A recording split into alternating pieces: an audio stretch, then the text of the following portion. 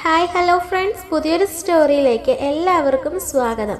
അങ്ങനെ നമ്മുടെ ഭൂമിയുടെയും അതുപോലെ തന്നെ അജയുടെയും വിവാഹമൊക്കെ നടക്കുകയാണ് കേട്ടോ. ഒരു എഗ്രിമെൻറ്റ് വിവാഹമായിരിക്കും ഇവരുടേത്. അങ്ങനെ ഭൂമിയുടെ അച്ഛൻ്റെ സർജറിക്കുള്ള ക്യാഷൊക്കെ തന്നെ നമ്മുടെ അജയ് നൽകുകയാണ്. അങ്ങനെ ഭൂമി മനസ്സോടെ ആയിരിക്കും കേട്ടോ ഈ എഗ്രിമെൻറ്റ് വിവാഹത്തിന് സമ്മതിക്കുന്നത്.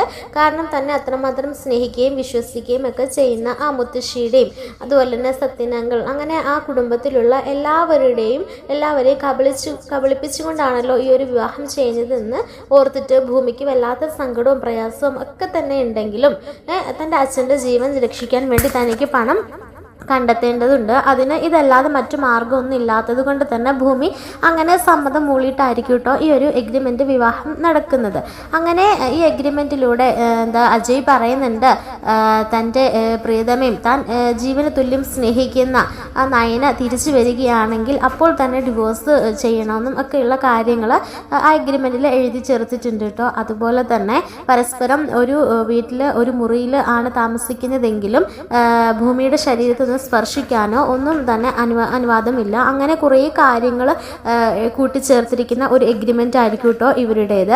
അങ്ങനെ ഭൂമിയും അജയും വിവാഹമൊക്കെ ചെയ്യാണ് കേട്ടോ. അപ്പോൾ വിവാഹം മുടക്കാൻ വേണ്ടിയിട്ടും ഭൂമിയെ അപായപ്പെടുത്താൻ വേണ്ടിയിട്ടും ഒക്കെയുള്ള ഭവാനിയുടെയും അതുപോലെ തന്നെ മകൾ അഞ്ജനയുടെയും പല പ്ലാനുകളും പാളീസായി പോകുകയാണ്. വിവാഹത്തിന് മുന്നേ തന്നെ ഒന്ന് ഷോക്ക് അടിപ്പിക്കാനൊക്കെ ശ്രമിക്കുന്നുണ്ട്. പക്ഷെ അതിൽ നിന്നെല്ലാം നമ്മുടെ ഭൂമി അതിവിദഗ്ധമായി തന്നെ രക്ഷപ്പെടുകയാണ് കേട്ടോ. അപ്പോൾ രക്ഷകനായി എത്തുന്നത് ഒന്നെങ്കിൽ സത്യനായിരിക്കും, അല്ലെങ്കിൽ നമ്മുടെ അജയ് തന്നെ ആയിരിക്കും കേട്ടോ. അങ്ങനെ നമ്മുടെ ഭവാനിയുടെ കുതന്ത്രങ്ങളിലൂടെ തന്നെ അജയും ഭൂമിയും അടുക്കുന്ന രംഗങ്ങളൊക്കെയാണ് കേട്ടോ ഇനി നമുക്ക് കാണാൻ സാധിക്കുന്നത്. അങ്ങനെ നമ്മുടെ ഭൂമിയുടെയും അതുപോലെ തന്നെ അജയുടെയും ഫസ്റ്റ് നൈറ്റിൻ്റെ സമയത്ത് അത് നടക്കാതിരിക്കാൻ വേണ്ടിയിട്ട് തന്നെ ഒരു ജോത്സ്യനെ കണ്ടിട്ട് ഇവരുടെ ശാന്തി മുഹൂർത്തം പെട്ടെന്ന് നടക്കരുത്, കുറച്ച് തടസ്സങ്ങളും കാര്യങ്ങളും ഒക്കെ ഉണ്ട്. അപ്പോൾ അതിൻ്റെയൊക്കെ പരിഹാരങ്ങൾ ചെയ്തതിന് ശേഷം മാത്രമേ ഇവർ ഒരുമിക്കാവൂ എന്നൊക്കെ ജോത്സ്യനെ കൊണ്ട് നോക്കിപ്പിക്കുന്നൊക്കെ ഉണ്ട് കേട്ടോ. അങ്ങനെ ജോത്സ്യനെ കൊണ്ട് നമ്മുടെ ഭവാനി അത് പറയിപ്പിക്കുന്നതാണ്. യഥാർത്ഥത്തിൽ നമ്മുടെ ഭൂമിയും അജയും തമ്മിൽ ഇഷ്ടമല്ല എങ്കിൽ പോലും ഇവരുടെയൊക്കെ മനസ്സിൽ ഇവർ പ്രേമിച്ച് വിവാഹം കഴിച്ചവരാണല്ലോ. അതുകൊണ്ട് എത്രയും പെട്ടെന്ന് ഭൂമി ഒരു അമ്മയോ മറ്റോ ആകുകയാണെങ്കിൽ പിന്നെ ഭൂമിയുടെ അടി ഉറയ്ക്കുക തന്നെ ചെയ്യും. ഈ തറവാട്ടിലെ യഥാർത്ഥ അവകാശി ഇവിടെ ജനിക്കുക തന്നെ ചെയ്യും. അപ്പോൾ അതെല്ലാം ഒഴിവാക്കണമെങ്കിൽ എത്രയും പെട്ടെന്ന് ഭൂമിയെ അപായപ്പെടുത്തി ഭൂമിയുടെ ജീവൻ നഷ്ടപ്പെടുത്തിയതിന് ശേഷം ആ സ്ഥാനത്തേക്ക് തൻ്റെ മകളെ കൊണ്ടെത്തിക്കാൻ വേണ്ടിയിട്ടായിരിക്കും നമ്മുടെ ഭവാനിയുടെ പദ്ധതികൾ. അങ്ങനെ ഭൂമിയെ കൊല്ലാൻ വേണ്ടി പല കുതന്ത്രങ്ങളും മെനയുകയാണ് കേട്ടോ. പക്ഷെ അതിൽ എല്ലാം അങ്ങനെ ഇരുവരുടെയും വിവാഹത്തിന് ശേഷമുള്ള കുറുമ്പുകളും വഴക്കും പിണക്കവും അതുപോലെ തന്നെ പിന്നീട് അങ്ങോട്ടുള്ള പ്രണയവുമൊക്കെ ആയിരിക്കും കേട്ടോ ഇനി അങ്ങോട്ടും. എന്തായാലും വളരെ രസകരമായ മുഹൂർത്തങ്ങളൊക്കെയാണ് ഇനി വരാനിരിക്കുന്നത്. അങ്ങനെ ഇരിക്കെ വിവാഹത്തിന് ശേഷം നമ്മുടെ ഒരുപാട് ക്രൂരതകൾ ചെയ്യുന്നുണ്ട് കേട്ടോ ഭൂമിയോട്. പക്ഷേ ഭൂമിയെ കൈവെള്ളയിൽ കൊണ്ട് നടക്കുക കേട്ടോ മുത്തശ്ശിയും അതുപോലെ തന്നെ സത്യനും ഒക്കെ തന്നെ. അങ്ങനെ സത്യന് നമ്മുടെ ഭൂമിയെ കാണുമ്പോൾ വല്ലാത്തൊരു ഒരു അടുപ്പം തോന്നുകയാണ് കേട്ടോ. തൻ്റെ മകൾ അടുത്തേക്ക് വരുന്നത് പോലെ ആയിരിക്കും സത്യന് അത് തോന്നുക. അങ്ങനെ സത്യന് ചില സംശയങ്ങളൊക്കെ തോന്നുകയാണ് കേട്ടോ. പക്ഷേ സത്യനത് കാര്യമാക്കുന്നില്ല. കാരണം നമ്മുടെ ഭൂമിക്ക് ഒരു അച്ഛനും അമ്മയും ഒക്കെ ഉണ്ടല്ലോ, അതുകൊണ്ട് തന്നെ സംശയിക്കേണ്ട കാര്യമില്ലല്ലോ. പക്ഷെ ഭൂമിയെ സത്യന് വളരെ പ്രിയമായി തുടങ്ങാണ് കേട്ടോ. അങ്ങനെ ഭൂമിക്ക് വേണ്ടി എന്ത് കാര്യം ചെയ്തു കൊടുക്കാൻ വേണ്ടി റെഡി ആയിട്ട് നിൽക്കായിരിക്കും ഇവിടെ നമ്മുടെ സത്യൻ.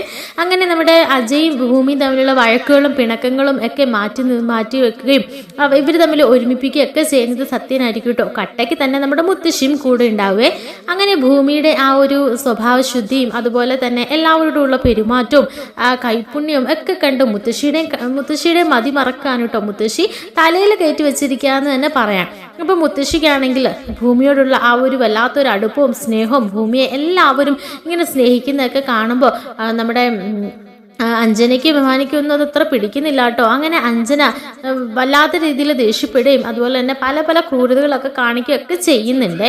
അങ്ങനെ ഇരിക്കെ നമ്മുടെ ഭൂമിയാണെങ്കിൽ പതിയെ ആ സത്യങ്ങൾ മനസ്സിലാക്കാൻ കേട്ടോ. കാരണം സത്യനോട് ചോദിക്കുന്നുണ്ട് ഭൂമി എങ്ങനെയാണ് സത്യങ്ങളുടെ ഭാര്യയും കുഞ്ഞുമൊക്കെ നഷ്ടപ്പെട്ടതെന്നും എവിടെ വെച്ചാണെന്നും പിന്നീട് അവരെക്കുറിച്ചൊരു അന്വേഷണം ഒന്നും നടത്തിയില്ലേ, അങ്ങനെയുള്ള എല്ലാ കാര്യങ്ങളും ചോദിച്ചറിയാൻ കേട്ടോ. അങ്ങനെ അതുവഴി ഭൂമി മനസ്സിലാക്കുകയാണ് എത്രയും പെട്ടെന്ന് തന്നെ ഈ സത്യങ്ങൾ കണ്ടുപിടിക്കണം. സത്യനങ്ങളിന് വേണ്ടിയിട്ട് എനിക്ക് ചെയ്യാൻ കഴിയുന്ന ഏറ്റവും വലിയ കാര്യം അത് തന്നെ ആയിരിക്കും എന്നിങ്ങനെ ഭൂമി ചിന്തിക്കാൻ കേട്ടോ. അങ്ങനെ അജയോടും ആ കാര്യങ്ങൾ പറയണം. അപ്പോൾ അജയും പറയുന്നുണ്ട്, എൻ്റെതായ രീതിയിൽ ഞാൻ അന്വേഷിക്കുന്നുണ്ട്, പക്ഷെ ഒരു തുമ്പും കിട്ടുന്നില്ല, ഒരു തെളിവുകൾ പോലും അവശേഷിക്കാതാണ് അവരുടെ മിസ്സിങ്. അതാണ് എനിക്ക് മനസ്സിലാകാത്തത്, അവരെവിടെയോ ജീവനോടുണ്ട് എന്നാണ് എൻ്റെ മനസ്സ് പറയുന്നത് എന്നൊക്കെ ഇങ്ങനെ പറയുകയാണ് കേട്ടോ.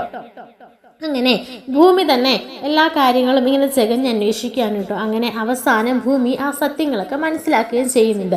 അങ്ങനെ ഭൂമി ആ വീട്ടിലേക്ക് വന്നതിന് ശേഷം അവിടുത്തെ കുഞ്ഞുങ്ങൾക്ക് അവർ ധരിച്ചിരുന്ന പാരമ്പര്യ മാല കാണാനിടയാകുകയാണ് കേട്ടോ. അങ്ങനെ ആ മാല ഭൂമിയുടെ കൈവശമുള്ളത് ഭൂമി മനസ്സിലാക്കുകയാണ്. ഇതെങ്ങനെ എൻ്റെ കൈവശം വന്നു? അപ്പോൾ ഈ മാല ഇനി ആ കുട്ടിയുടേതായിരിക്കുമോ? ഇനി ആ കുട്ടിയും ഞാനുമായിട്ട് എന്താ ബന്ധം എന്നൊക്കെയുള്ള ചോദ്യങ്ങൾ ഭൂമിയുടെ മനസ്സിൽ ഇങ്ങനെ വന്നുകൊണ്ടിരിക്കുകയായിരിക്കും കേട്ടോ.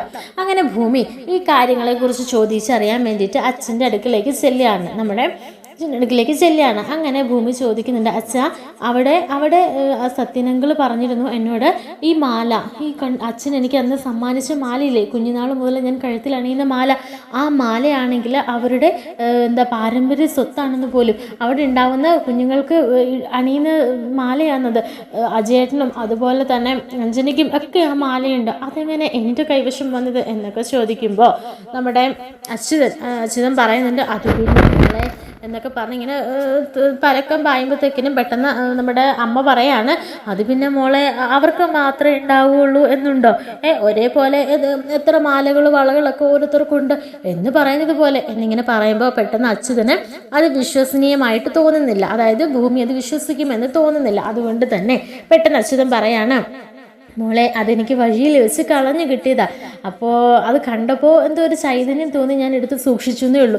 അതിൻ്റെ അവകാശത്തെക്കുറിച്ച് ഞാൻ കുറേ അന്വേഷിച്ചു, പക്ഷേ അതിൽ അവകാശം പറഞ്ഞു വരാനോ അതിൻ്റെ അടയാളം പറഞ്ഞു വരാനോ ഒന്നും ആരും തന്നെ ഉണ്ടായിരുന്നില്ല.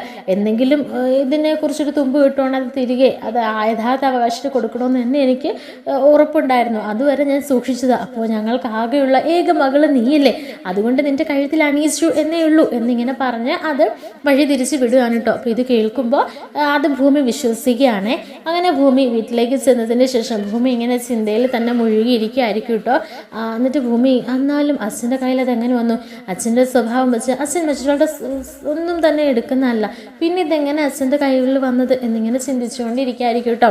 എന്നിട്ടും ചിന്തിക്കുന്നുണ്ട്, അച്ഛൻ പറഞ്ഞത് ശരിയായിരിക്കാം, ചിലപ്പോൾ വഴിയിൽ വെച്ച് അച്ഛനെ കിട്ടിയിട്ടുണ്ടായിരിക്കും, അച്ഛൻ കുറേ അന്വേഷിച്ചും കാണും, ഇതുവരെയായിട്ട് ഇങ്ങനെ ആരും വരാത്തതും അതുപോലെ തന്നെ ആരും ചോദിച്ചു വരാത്തതും ഒക്കെ കൊണ്ട് അച്ഛനത് കൈവശം വെച്ചിരുന്നു എന്നേ ഉള്ളായിരിക്കും.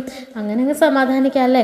ഇനി ആ കാര്യങ്ങൾ ഇവിടെ ആരോടും പറയണ്ട, ഇനി പറഞ്ഞാൽ വേറെന്തെങ്കിലുമൊക്കെ തെറ്റിദ്ധരിച്ചാൽ അതുകൊണ്ട് ആ ഒരു സത്യം മൂടി വയ്ക്കാം എന്നിങ്ങനെ ചിന്തിക്കുകയാണ് കേട്ടോ. പിന്നീടാണ് മുത്തശ്ശിയുടെ പഴയ കാര്യങ്ങളും കഥകളും ഒക്കെ ഇങ്ങനെ കേട്ടറിയാണ് കേട്ടോ നമ്മുടെ ഭൂമി.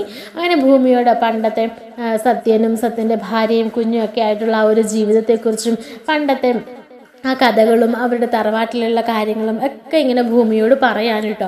ഈ കാര്യങ്ങളൊക്കെ കേൾക്കുമ്പോൾ ഭൂമിയുടെ മനസ്സിലേക്ക് അതിൻ്റെ ചിത്രങ്ങൾ ഇങ്ങനെ വരികയാണ് കേട്ടോ. എന്തോ എവിടെയോ ഒരു ഓർമ്മ ഭൂമിയുടെ മനസ്സിലേക്ക് വരണതുപോലെയൊക്കെ തോന്നുകയാണ്. അതായത് ഇങ്ങനെ എന്തൊക്കെയൊക്കെയോ ഓർമ്മകൾ ഭൂമിയുടെ മനസ്സിലിങ്ങനെ മിന്നി മറയാണ്. അപ്പോഴേ ഭൂമിക്ക് മനസ്സിലാകുകയാണ് എന്തൊക്കെയോ ഈ ഒരു കുടുംബമായിട്ട് എനിക്കൊരടുപ്പമുണ്ട്, അതിനെ ആരൊക്കെ എതിർത്താലും അത് സത്യം തന്നെയാണ്. ചിലപ്പോൾ ഒരു മുൻജന്മ ബന്ധമായിരിക്കാം, പക്ഷേ എന്തോ ഒരു ബന്ധം എനിക്ക് കുടുംബമായിട്ടുണ്ട് എന്നുള്ള കാര്യം പരമാർത്ഥമാണ്, അല്ലെങ്കിൽ എൻ്റെ മനസ്സ് ഇങ്ങനെ കിടന്ന് വിങ്ങില്ല എന്നൊക്കെ ഇങ്ങനെ ഭൂമി ചിന്തിക്കുന്നുണ്ട് കേട്ടോ. അങ്ങനെയാണ് ഈ അടയാളങ്ങളൊക്കെ ഓരോന്നിങ്ങനെ പറയുമ്പോൾ നമ്മുടെ മുത്തശ്ശി പറയുന്നുണ്ട്, അവളുടെ പുറകിൽ ഒരു കറുത്ത കാക്കപ്പുള്ളിയുണ്ട്, ആ കാക്കപ്പുള്ളിയായിരുന്നു അവളുടെ അടയാളം. ഞങ്ങൾ അവളെ അന്വേഷിക്കുമ്പോഴൊക്കെ ആ കാക്കപ്പുള്ളിയുടെ കാര്യം ഒക്കെ പറയുമായിരുന്നു. ആ ഒരു മാലയും കാക്കപ്പുള്ളിയായിരുന്നു അവളുടെ അടയാളം. എന്ത് പറയാനാ എന്നിങ്ങനെ പറഞ്ഞ മുത്തശ്ശി ഇങ്ങനെ കരയാണ് കേട്ടോ. ആ ഒരു സമയത്ത് നമ്മുടെ ഭൂമിയാണെങ്കിൽ തൻ്റെ പുറത്തും ഒരു കാക്കപ്പുള്ളി ഉണ്ടല്ലോ എന്നുള്ള കാര്യം ഇങ്ങനെ ചിന്തിക്കുകയാണ് കേട്ടോ. ഇതെന്താ ഇത്?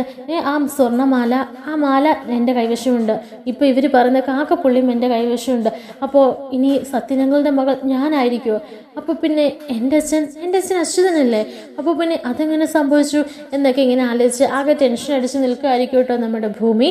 അങ്ങനെ ഭൂമിയാണെങ്കിൽ പെട്ടെന്ന് തന്നെ അച്ഛൻ്റെ വീട്ടിലേക്ക് ചെല്ലുന്നുണ്ട് കേട്ടോ. അങ്ങനെ വീട്ടിലേക്ക് ചെന്നതിന് ശേഷം അച്ഛനോട് കാര്യങ്ങളൊക്കെ പറയുന്നുണ്ട്. എന്നിട്ട് പറയുന്നുണ്ട്, എനിക്ക് എന്തൊക്കെയോ ഒരു സംശയങ്ങൾ തോന്നുന്നു വെച്ചാൽ ഞാൻ ചോദിക്കുന്നത് തെറ്റാണെന്ന് എനിക്കറിയില്ല. അവർ പറഞ്ഞ അടയാളങ്ങളൊക്കെ ഞാൻ എന്നിൽ കണ്ടു. അത് മാത്രമല്ല, അവർ പറഞ്ഞ ഓരോ കാര്യങ്ങളും എൻ്റെ മനസ്സിലേക്ക് വരുമ്പോൾ എന്തൊക്കെയോ ഒരു ഓർമ്മ പോലെ, എന്തൊക്കെയോ ചില ചിത്രങ്ങൾ എൻ്റെ മനസ്സിൽ തെളിയുന്ന പോലെ. അത് പോരാഞ്ഞിട്ട് ഞാനൊരു സ്വപ്നവും കണ്ടു. എൻ്റെ അമ്മ എന്നെ വന്ന് വിളിക്കുന്നത് പോലെ ഒരു സ്വപ്നം. ഇതിലൊക്കെ എന്തെങ്കിലും കാര്യമുണ്ടോ, അതോ ഇനി ഇതിനെക്കുറിച്ചൊക്കെ ഞാൻ അന്വേഷിച്ച് നടക്കുന്നുണ്ടോ, എൻ്റെ മനസ്സിൽ തോന്നിയതാണോ എന്നൊക്കെ ഇങ്ങനെ പറയുമ്പോൾ നമ്മുടെ അമ്മ പറയുന്നുണ്ട്, അതൊക്കെ മോള് ഞാൻ കുടുംബത്തിൽ ചെന്നിട്ട് ഇങ്ങനെയൊക്കെ ഓരോ കാര്യങ്ങൾ അന്വേഷിച്ച് ഇങ്ങനെ നടന്നുകൊണ്ട് മോക്ക് തോന്നുക, നിന്നെ പ്രസവിച്ച് ഞാൻ, നിൻ്റെ അച്ഛനും അമ്മയും ഞങ്ങൾ, നീ ഇനി അങ്ങനൊന്നും പറയല്ലേ, ഞങ്ങളെ വിഷമിപ്പിക്കല്ലേ എന്നിങ്ങനെ പറയാൻ കേട്ടോ. ഈ ഒരു സമയത്ത് അച്യുതനാണെങ്കിൽ പെട്ടെന്ന് അസുഖം കൂടിയാണ്. ഈ ടെൻഷനൊക്കെ അടിച്ചിട്ട് പെട്ടെന്ന് അസുഖം കൂടി തളർന്ന് വീഴുകയാണ്. പെട്ടെന്ന് തന്നെ ഭൂമിയും അമ്മയും എല്ലാവരും കൂടെ ചേർന്ന് ഹോസ്പിറ്റലിൽ എത്തിക്കുന്നുണ്ട് കേട്ടോ.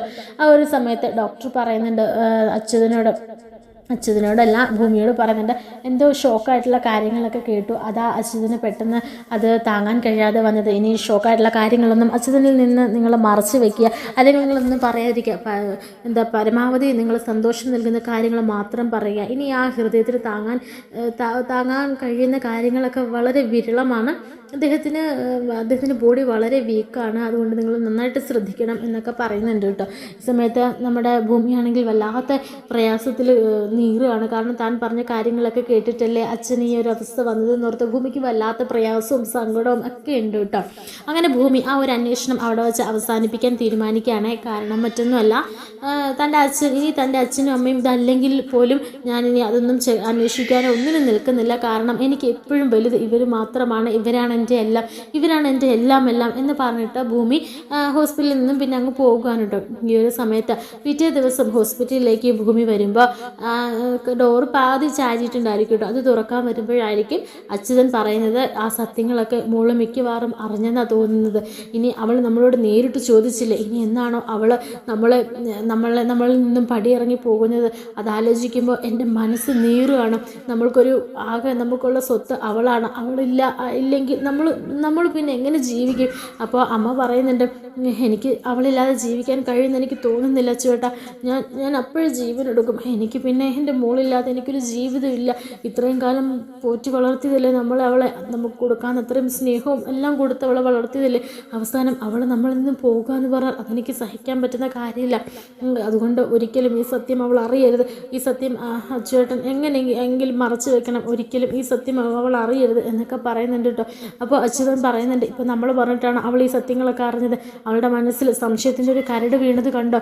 അതുകൊണ്ട് എനിക്ക് ഇനിയൊന്നും പറയാൻ പറ്റില്ല. അവൾ മിക്കവാറും അവിടുത്തെ ആ തറവാട്ടിലെ കുട്ടിയാണ്, അവളൊന്നും സത്യൻ്റെ മകളാണെന്നും ഒക്കെയുള്ള കാര്യങ്ങൾ അവൾ അറിയും. പണ്ട് ഭവാനി അവളെ നമ്മുടെ കയ്യിൽ ഏൽപ്പിച്ചതാണെന്നും നമ്മൾ വളർത്തിയതാണെന്നും ഒക്കെയുള്ള കാര്യങ്ങൾ അവൾ അറിഞ്ഞാൽ പിന്നെ എനിക്കതൊന്നും നമ്മളിൽ നിന്ന് അകന്നു പോകുമല്ലോ നിർത്തിട്ട് എനിക്കിപ്പോഴും എൻ്റെ ഹൃദയം തകർന്നു പോകുക എന്നൊക്കെ പറയാൻ കേട്ടോ.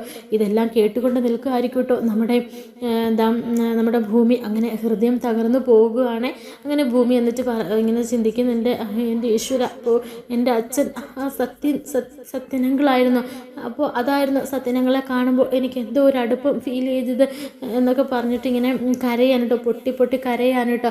എന്നിട്ട് പറയുന്നുണ്ട്, പക്ഷേ എനിക്ക് ഇവരെ എനിക്ക് നഷ്ടപ്പെടുത്താനാവില്ല. ഇവരെൻ്റെ അച്ഛനും അമ്മയും തന്നെയാണ്. ഇനി എന്തൊക്കെ ചെയ്താലും എന്തൊക്കെയായാലും എങ്ങനെയൊക്കെയാണേലും അതുകൊണ്ട് ഈ സത്യങ്ങളൊക്കെ ഞാൻ അറിഞ്ഞത് ഇവരെ അറിയാതിരിക്കുന്നത് നല്ലത്. പാവങ്ങൾ എന്നെ എത്രമാത്രം സ്നേഹിക്കുന്നുണ്ട്, ഒരുപക്ഷെ എന്നെ എത്രമാത്രം കഷ്ടപ്പെട്ടായിരിക്കും വളർത്തിയത്. അതുകൊണ്ട് ഞാൻ ഒന്നിനുമില്ല. ഈ സത്യം എൻ്റെ കൂടത്തിൽ തന്നെ മൺമറഞ്ഞു പോകട്ടെ, അത്രയേ ഉള്ളൂ എന്ന് പറഞ്ഞിട്ട് പെട്ടെന്ന് തന്നെ അച്യുതൻ്റെ അടുക്കിലേക്ക് ചെന്ന് കെട്ടിപ്പിടിച്ച് കരയൊക്കെ ചെയ്യുന്നുണ്ട്. അച്യുതൻ, എന്താ മോള് കരയുന്നത്? ഇല്ല അച്ഛാ, അച്ഛൻ്റെ അവസ്ഥ കണ്ടിട്ട് ഞാൻ കരഞ്ഞു പോയതാ. ഇനി ഒരു കാര്യം ഞാൻ അച്ഛനോട് എടുക്കുക ഒന്നും ചെയ്യില്ല.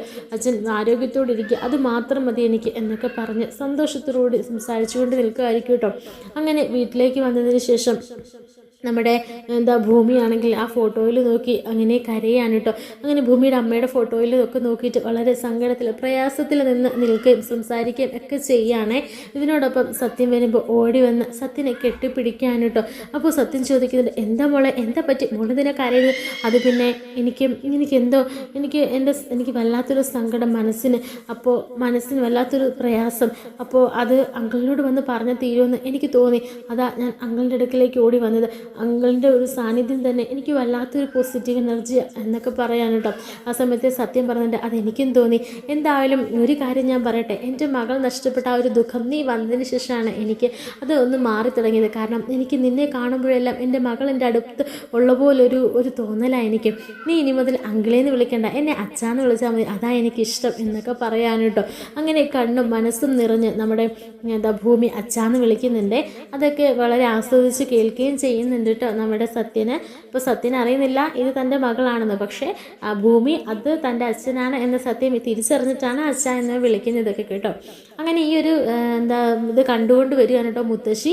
അങ്ങനെ മുത്തശ്ശി ഓടി വന്നിട്ട് ഇതെന്താ ഇവിടെ എന്നിങ്ങനെ ചോദിക്കുമ്പോൾ സത്യം പറയാണ്. അതായത് ഭൂമി ഓടി വന്ന് എന്നോട് ഇങ്ങനെ ഒരു സ്നേഹപ്രകടനം നടത്തിയതാണ്. അപ്പം ഞാൻ പറയായിരുന്നു എന്നെ ഇനി മുതൽ അച്ഛാന്ന് വിളിച്ചാൽ മതി, അതാ എനിക്കും കേൾക്കുമ്പോൾ ഒരു സുഖം സന്തോഷം.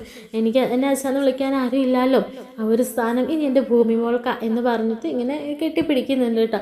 ആ സമയത്ത് മുത്തശ്ശിയും പറയുന്നുണ്ട് ഇത് നിൻ്റെ മകള് തന്നെയാണ്, എനിക്ക് എപ്പോഴും തോന്നിപ്പോകും ഇത് നിൻ്റെ മകളാണോ നമ്മുടെ ആണോ എന്നൊക്കെ എനിക്ക് എപ്പോഴും തോന്നിപ്പോകും എന്നൊക്കെ ഇങ്ങനെ പറയാൻ കേട്ടോ. എനിക്ക് ഇവളെ കാണുമ്പോഴെല്ലാം നിൻ്റെ ചായയാണ് തോന്നിയത്. അതുമാത്രമല്ല ആ 2.5 വയസ്സുള്ള ആ കുട്ടിയുടുപ്പിട്ട കുട്ടിയെപ്പോലെ തന്നെ എനിക്ക് ഇവളെ തോന്നുന്നത്. അവൾ വളർന്ന് വലുതായി എൻ്റെ ഫ്രണ്ടിൽ നിൽക്കുന്ന പോലെ എനിക്ക് തോന്നുന്നത് എന്നൊക്കെ പറയാൻ കേട്ടോ.